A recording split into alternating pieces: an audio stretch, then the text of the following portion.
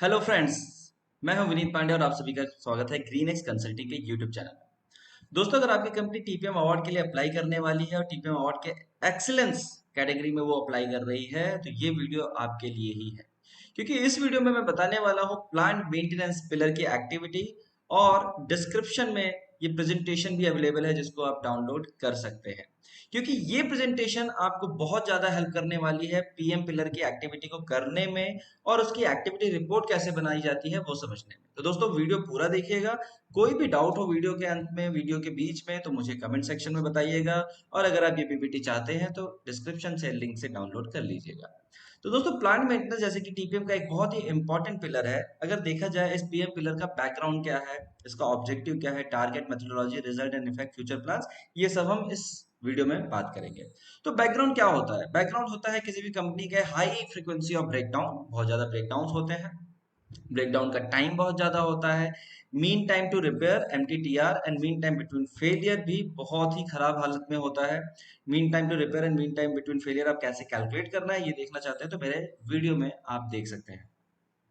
Preventive maintenance का कोई schedule नहीं होता है, करेक्टिव एक्शन नहीं होता है और मशीन को क्लीन करने का भी कोई चांस नहीं होता है। तो ये सारा बैकग्राउंड है किसी भी कंपनी में टीपीएम करने का और टीपीएम के पीछे जो पीएम पिलर है उसको करने का ना। ऑब्जेक्टिव क्या है? ऑब्जेक्टिव जो पीएम पिलर के अगर ऑब्जेक्टिव की बात करें तो to achieve and sustain zero breakdown. Yes, आपको ब्रेकडाउन को जीरो करना है। सुनने में देखने में बहुत ही अजीब लग सकता है लेकिन यस, पॉसिबल है टीपीएम की सहायता से। रिपेयर एंड मेंटेनेंस कॉस्ट को रिड्यूस करना। रिपेयर एंड मेंटेनेंस कॉस्ट को जीरो नहीं कर सकते हैं, क्योंकि रिपेयर एंड मेंटेनेंस होगा, आपको करना भी पड़ेगा, may be it is in form of TBM और सीबीएम। लेकिन एक जो टारगेट है वो टारगेट आपको पता होना चाहिए और उस टारगेट के अंदर ही ये होना चाहिए। देन तीसरा आता है to enhance the maintenance skill of operators and technician. अपने ऑपरेटर्स का स्किल इंप्रूव करना और अपने जो टेक्नीशियन है मेंटेनेंस में उनका भी स्किल इंप्रूव करना, सो दैट वो ब्रेकडाउन को बहुत अच्छे से एनालिसिस कर सके। उसके बाद हम लोग पीएम पिलर का टारगेट बनाते हैं जिसमें प्रोडक्टिविटी एंड कॉस्ट को पकड़ते हैं। प्रोडक्टिविटी में आप ब्रेकडाउन टाइम, ब्रेकडाउन फ्रीक्वेंसी, एमटीटीआर, एमटीबीएफ के टारगेट ले सकते हो। कॉस्ट में अगर हम बात करें तो repair and maintenance cost and power cost को आप ले सकते हो। उसके अलावा अगर आप कुछ और भी यूज करते हैं, कोई ऐसा कंज्यूमेबल है जो मेंटेनेंस में यूज होता है, कोई ऑयल है जो मेंटेनेंस में यूज होता है, आप उसका भी टारगेट ले सकते हैं।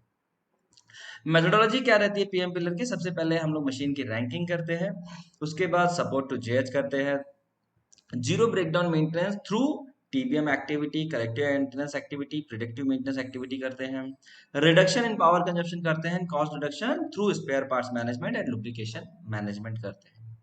तो सबसे पहले देखते हैं रैंकिंग ऑफ मशीन कैसे करते हैं। रैंकिंग ऑफ मशीन करने का तीन मेन क्राइटेरिया होता है, A rank, B rank, C rank, जहां पे हम सारी मशीनों को, कंपनी में जितनी भी मशीनें हैं उनको तीन रैंक में डिफाइन करते हैं based on the safety, quality, working, delay factor, period, maintainability. आप और भी कोई जो क्रिटिकल फैक्टर है आपकी कंपनी में उसको ले सकते हो। तो इस हिसाब से आप पूरी मशीन को A rank, B rank, C rank तीन कैटेगरी में डिवाइड कर देते हो। जैसा एग्जांपल है यहाँ पे, उस कंपनी में 370 मशीनें हैं जिसमें से 305 ए कैटेगरी है। ज्यादा आपकी ए कैटेगरी हो सकती है, या बी कैटेगरी हो सकती है, सी कैटेगरी हो सकती है। जैसे यहाँ पे आपकी देखो तो 305 सी कैटेगरी है, 19 ए कैटेगरी है और 46 बी कैटेगरी है। ए कैटेगरी यानी कि बहुत ही क्रिटिकल मशीन है। ये मशीनें अगर बंद हो जाती है तो पूरी लाइन पे इफेक्ट पड़ता है, पूरे प्लांट पे इफेक्ट पड़ता है। तो इस तरीके से आप एबीसी रैंकिंग करते हो। उसके बाद आप सपोर्ट टू जीएच में क्या करते हो? जीसू होजन पिलर अपना काम कर रहा है, लेकिन पीएम पिलर का काम है कि वो जीएच के पिलर को सपोर्ट करे। तो सपोर्ट में सबसे पहले स्टेप वन में वो ट्रेनिंग करता है कि रेड टैग, व्हाइट टैग क्या होता है, फुगाई का एलिमिनेट करता है, वन पॉइंट लेसन बनाता है। स्टेप टू में जो भी सोर्स ऑफ कंटामिनेशन से रिलेटेड टैग है उस पर काम करता है, काइजन करता है, डिफिकल्ट टू एक्सेस एरिया को इजी बनाता है। स्टेप थ्री में पीएम पिलर टेंटेटिव स्टैंडर्ड बनाने में हेल्प करता है, टेंटेटिव स्टैंडर्ड चेकशीट बना के मशीन की देता है। एंड स्टेप फोर में डिफरेंट टाइप के modules like electrical, electronics, hydraulic, pneumatic, transmission and fasteners की ट्रेनिंग मॉड्यूल बनाता है और ट्रेनिंग देता है। सो रेड टैग में अगर आप देखोगे तो यहाँ पे रेड टैग में हम इसका एग्जांपल दिखाते हैं कि कितने टैग हमने आइडेंटिफाई किए और कितने टैग रिमूव हुए। ये रेड टैग का आइडेंटिफिकेशन स्टेटस है। उसके अलावा different different one point lesson, जैसे कि यहाँ पे सिंपली पैनल बहुत सारी कंपनियों में ओपन रहते हैं, तो यहाँ पे इन्होंने वन पॉइंट लेसन बनाया कि always keep electrical panel closed, why? To avoid the electrical hazard. अब कहने को तो बहुत नॉर्मल बात है, लेकिन बहुत सारे लोग इसको अवॉइड करते हैं। तो आप इस तरीके के छोटे छोटे ट्रेनिंग, वन पॉइंट लेसन, यानी कि एक पॉइंट में आप लेसन देते हो कि क्या करना है क्या नहीं करना है, ये आप बना के लोगों को ट्रेनिंग देते हो और वहां उस एरिया के आसपास इसको डिस्प्ले करते हो। जैसे एक अलग एग्जांपल है, always dressed hydraulic pipe of machine. तो ये हाइड्रोलिक पाइप है, देख रहे हैं आप, ओपन कंडीशन में, और यहाँ पे ड्रेसिंग कंडीशन में, विच इज गुड कंडीशन। यहाँ पे आप देख सकते हैं एक मशीन से, एक एमसीबी से दो दो मशीनों को चालू किया गया है, जो कि रॉन्ग है। तो इन्होंने कहा don't connect two machine together. यहाँ पे आप देख सकते हैं डिफिकल्ट टू एक्सेस था, यहाँ पे बहुत ही पहुंचने में मुश्किल होता था, इसलिए कवर लगा दिया जिससे ये इजी क्लीनिंग और फिल्टर हो सके। इसी तरीके से आप देखें, यहाँ पे डिफिकल्ट टू एक्सेस था क्योंकि मशीन बिल्कुल डायरेक्टली ग्राउंड फ्लोर पे थी, तो एंटी वाइब्रेशन पैड लगाए गए, जिससे मशीन की हाइट भी उठी हुई और वाइब्रेशन रिड्यूस हुआ, जिससे क्लीनिंग भी आसान हो जाती है। देन इसके बाद ब्रेकडाउन की कैटेगरीज की गई। ब्रेकडाउन 3 टाइप्स पे डिवाइड किए गए। One is major breakdown, second is medium breakdown and third is minor breakdown. इसका क्या फायदा होने वाला है? सबसे पहले तो मेजर ब्रेकडाउन क्या है ये समझ सकते हैं आप, कि जो भी ब्रेकडाउन 3 घंटे से ज्यादा टाइम लेंगे उसे हम मेजर बोलेंगे। अब आपकी कंपनी में अगर क्राइटेरिया और कम का है तो आप कम का ले सकते हैं, ये आपको डिफाइन करना है। देन मीडियम ब्रेकडाउन 1 से 3 घंटे के बीच में होगा, और माइनर ब्रेकडाउन जो 1 घंटे से कम के बीच में होगा। जब हमने ये डिफाइन कर लिया, मान लीजिए महीने के आपके 100 ब्रेकडाउन आ रहा है, तो आप देखोगे 100 में से कितने मेजर ब्रेकडाउन है, कितने मीडियम है, कितने माइनर है। तो सबसे पहला जो टारगेट हमारा होता है कि मेजर ब्रेकडाउन को हम जीरो करें, फिर मीडियम पे अटैक करें और माइनर पे भी अटैक करें। तो ये कैटेगरी बनाने से फायदा होता है, क्योंकि तीनों कैटेगरी के आपका एनालिसिस और उसका जो सॉल्यूशन है वो डिफरेंट होगा। ओके, तो सबसे पहले देखते हैं कि मेजर ब्रेकडाउन को एलिमिनेट करने का क्या मेथोडोलॉजी है। सबसे पहले fixing and repairing the machine करेंगे, उसके बाद उसका वाइव एनालिसिस करेंगे, then plan counter measure, then implementation of counter measure and horizontal deployment of same action in different machines. ये एक एग्जांपल है जहां पे डेली ब्रेकडाउन एनालिसिस शीट दिखाई गई है, किस तरीके से ब्रेकडाउन करते हैं, जैसे मशीन एंड लोकेशन क्या था, रिपोर्टिंग टाइम क्या था, कंप्लीशन ऑफ ब्रेकडाउन क्या था, किसने अटेंड किया, न्यू ब्रेकडाउन है रिपीटेड है, what was the phenomena description, then what is the fixing action, spare used, root cause forced और natural, what was the counter measure और काइजन। यहाँ पे काउंटर मेजर है तो उन्होंने लिखा, एंड रूट कॉज क्या था वो भी आइडेंटिफाई किया। Then time based maintenance, TBM कैसे करते हैं? टीबीएम करने के लिए सबसे पहले तो हम annual schedule based on frequency of breakdown in past बनाते हैं, कि ब्रेकडाउन कितने आए हैं पास्ट में हर मशीन पे, उसके हिसाब से हम डिफाइन करते हैं कि इस पे टीबीएम कब करना है, उस पे टीबीएम कब करना है। Then preparation of monthly schedule based on annual schedule, then checking the machine parts according to schedule, changing the part wherever required, and implementation next change date of part of machine for next checkup। तो ये एक schedule हम लोग बनाते हैं TBM में। और TBM basically क्या है? प्रिवेंटिव मेंटेनेंस शेड्यूल, क्योंकि ये टाइम बेस होता है, आप महीने में एक बार करते हो, हफ्ते में एक बार करते हो, 6 महीने में एक बार करते हो। तो इस तरीके से आप हर मशीनों का प्रिवेंटिव मेंटेनेंस का शेड्यूल बनाते हो। प्रिवेंटिव मेंटेनेंस में क्या चेक करना चाहिए, शेड्यूल कैसे बनाना चाहिए, अगर आप जानना चाहते हो तो मेरे वीडियो में देख सकते हो, जो आपको आई सेक्शन में दिखाई दे रहा होगा। उसके बाद आप मंथली टीबीएम कैलेंडर बनाते हो, तो एक ईयरली हो गया, उसके बाद मंथली हो गया, जिसमें आप डिफाइन करते हो कि आज के डेट में कौन कौन सी मशीनें होंगी, कल के डेट में कौन कौन सी मशीनें होंगी, और हर मशीन की अलग चेकशीट बनाते हो, जो आपको वीडियो में मिल जाएगा। इसके बाद जो नेक्स्ट पॉइंट आता है करेक्टिव मेंटेनेंस। करेक्टिव मेंटेनेंस में क्या करते हैं हम लोग? सबसे पहले आइडेंटिफाई पार्ट फेलियर, पार्ट क्यों फेल हुआ ये आइडेंटिफाई करते हैं, whether part failure due to design abnormality ये चेक करते हैं, and then based on that corrective maintenance kaizen is done. जैसे यहाँ पे कुछ एग्जांपल्स आगे मैं देने वाला हूँ। सो करेक्टिव मेंटेनेंस के काइजन कैसे हो सकते हैं? One is machine breakdown related kaizen, second is spare part related kaizen. Overall kaizen के आप ग्राफ दिखा सकते हो कि टोटल लाइक इस कंपनी ने 148 काइजन किए।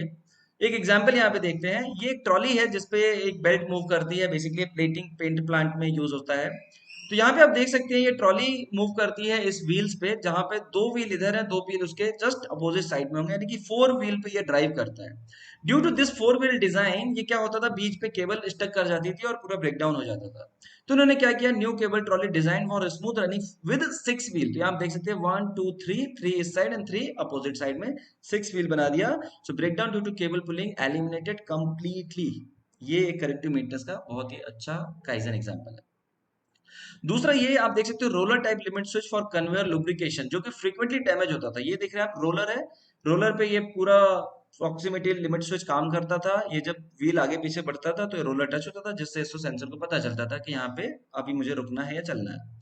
सो ये चूंकि इस रोलर में बार बार प्रेशर पड़ता था, तो इस तरीके से ये डैमेज होने के चांसेस ज्यादा होते थे, बहुत फ्रीक्वेंटली डैमेज होता था। इसकी जगह इन्होंने डिजाइन चेंज किया और लिमिट स्विच प्रोवाइड करा दिया। तो जब भी इसके नीचे से सेंस करता हुआ निकलेगा, सेंसर इसको सेंस करेगा और सिग्नल पीछे भेजेगा और वर्किंग चालू हो जाएगी। सो इससे इसका लॉन्ग लाइफ हो गया, स्मूथ ऑपरेशन हो गया। This is also good example of corrective maintenance. No predictive maintenance. Predictive maintenance क्या है? आप प्रिडिक्ट करते हो, आपको नहीं पता है आपको मशीन में प्रॉब्लम है या नहीं है, but with the help of some tools, some instrument, you measure the part, you check the part, और आप प्रिडिक्ट करते हो कि पार्ट खराब होने वाला है या नहीं होने वाला है। तो उसके लिए क्या करते हैं? Identification of parts for predictive maintenance. आप मशीन के पार्ट्स को आइडेंटिफाई करते हो कि इसका प्रिडिक्टिव मेंटेनेंस करना है। Then usage of tool for finding fault, then you need collect data and then action to eliminate and rectify fault.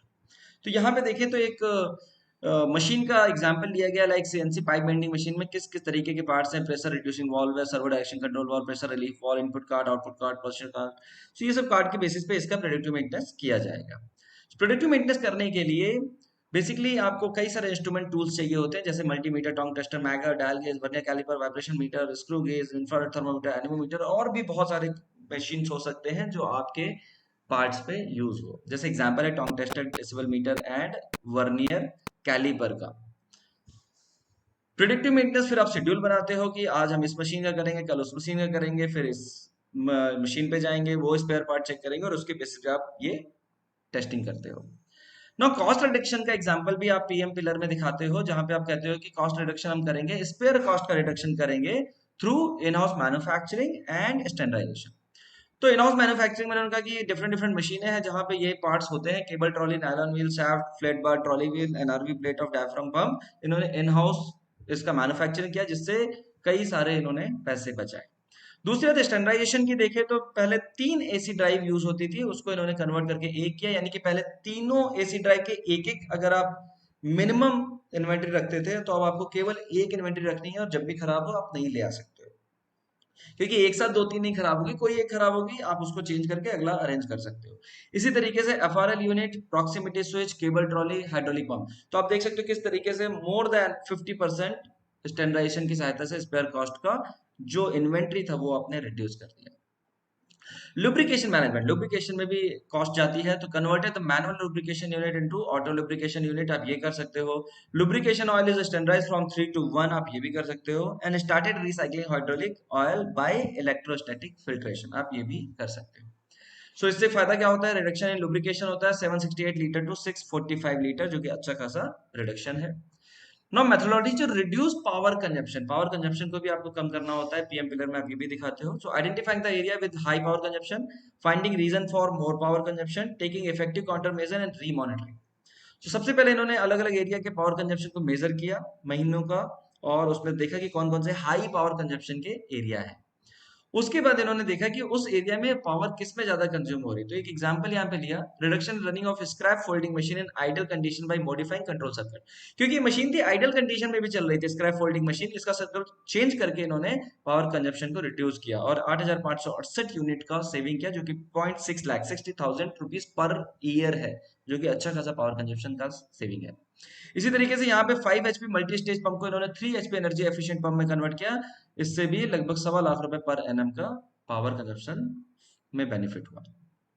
So overall sales versus power cost 225 रुपए की सेल होती थी पर केडब्ल्यू, जो कि बढ़ के 324 हो गई, जो कि अच्छा खासा पावर कंजप्शन का रिडक्शन है। So overall result and effect देखते हैं।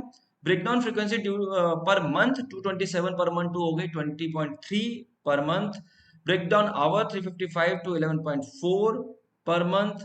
1.56 जो एमटीटीआर था, यानी कि मीन टाइम टू रिपेयर, एक ब्रेकडाउन को सॉल्व करने में 1.56 का आवर ऑन एन एवरेज लगता था, जो कि 0.5 से हो गया 1/3 का रिडक्शन हुआ।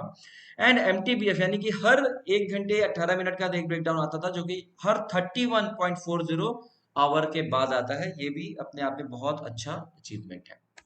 उसके अलावा देखिए अगर मेंटेनेंस कॉस्ट ऑफ मशीन वो भी रिड्यूस हुई, क्योंकि रिपेयर एंड मेंटेनेंस में स्टैंडर्डाइजेशन किया, इन हाउस किया, ब्रेकडाउन कम हुए, रिपेयर्स कम हुए, जिससे ये कॉस्ट भी रिड्यूस हुई। 8.4 लाख से लेकर 0.4 लाख पर मंथ का रिपेयर एंड मेंटेनेंस कॉस्ट आ गया। And power cost with respect to sale 3.82% थी पहले, जो कि 2.23% हो गई।